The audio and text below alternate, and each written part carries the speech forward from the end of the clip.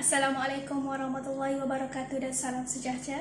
Saya Nurul Anis binti Zulkifli, pemegang kad matrik di 2019-108-7591. Baiklah, pada hari ini saya akan mengupas sedikit mengenai budaya menabung. Topik utama yang akan saya bincangkan pada hari ini adalah faedah-faedah menabung.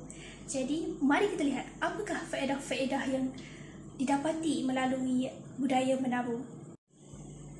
Apa itu budaya? Budaya adalah tingkah laku sosial dan norma yang terdapat dalam kalangan masyarakat manusia. Budaya dianggap sebagai satu konsep utama dalam antropologi, merangkumi pelbagai fenomena yang dihantar melalui pembelajaran sosial dalam masyarakat manusia. Bagaimana pula dengan maksud menabung? Menabung merupakan salah satu daripada pelbagai macam produk perbankan yang cukup diminati oleh masyarakat kita pada hari ini. Kegiatan menabung juga banyak dilakukan dengan cara menyimpan di rumah, seperti di bawah bantal, di bawah tempat tidur dan sebagainya. Baiklah hadirin sekalian, kita teruskan lagi agenda kita yang utama, iaitu bagi membincangkan mengenai faedah-faedah menabung. Baiklah, faedah yang pertama iaitu supaya dapat mengamalkan hidup yang lebih berhemat cermat, di mana dengan gaji yang kita dapat pada setiap bulan, kita simpan, kita membelanjakan mengikut keperluan dan bukan kemahuan. Bagaimana pula untuk hidup dengan berjimat cermat?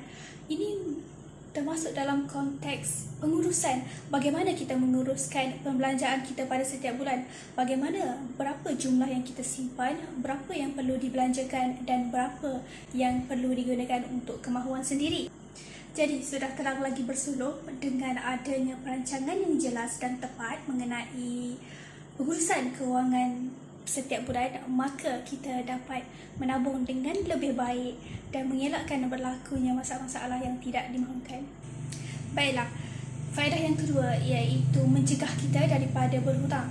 Seperti kita tahu, masyarakat kita pada zaman sekarang berhutang adalah satu amalan yang biasa. Jadi, keadaan yang mendesak seperti sakit membutuhkan perawatan yang menggunakan kos kewangan yang lebih besar.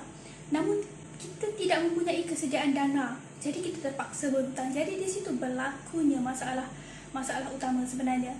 Jadi di sini menabung ni kita dapat mencegah daripada berhutang, kerana kita tidak perlu meminjam duit, kita sudah mempunyai persediaan yang secukupnya.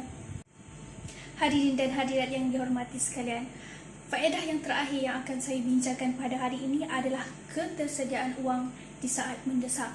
Salah satu manfaat menabung adalah ketika terjadinya sesuatu perkara yang mendadak, selalunya seperti sakit, kemalangan dan juga sebagainya. Tentu kondisi pada situasi pada waktu tersebut mendesak kita untuk menggunakan wang yang lebih banyak. Jadi di situ apabila kita sudah menabung pada dahulunya, jadi kita boleh menggunakan wang tersebut pada masa akan datang. Jadi kita tidak perlu meminjam wang atau sebagainya. Ia akan memudahkan urusan kita pada masa hadapan.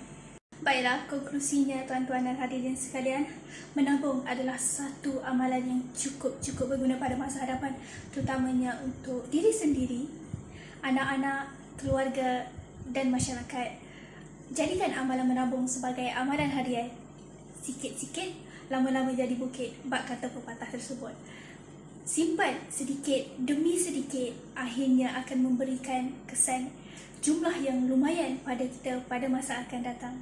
Dengan itu saya mengakhiri ucapan saya dengan serakap pantun. Sifat menabung perlu disemai, jadikan amalan sepanjang generasi. Pastinya hidup aman dan damai, matlamat tercapai, impian direalisasi. Sekian daripada saya. Assalamualaikum warahmatullahi wabarakatuh.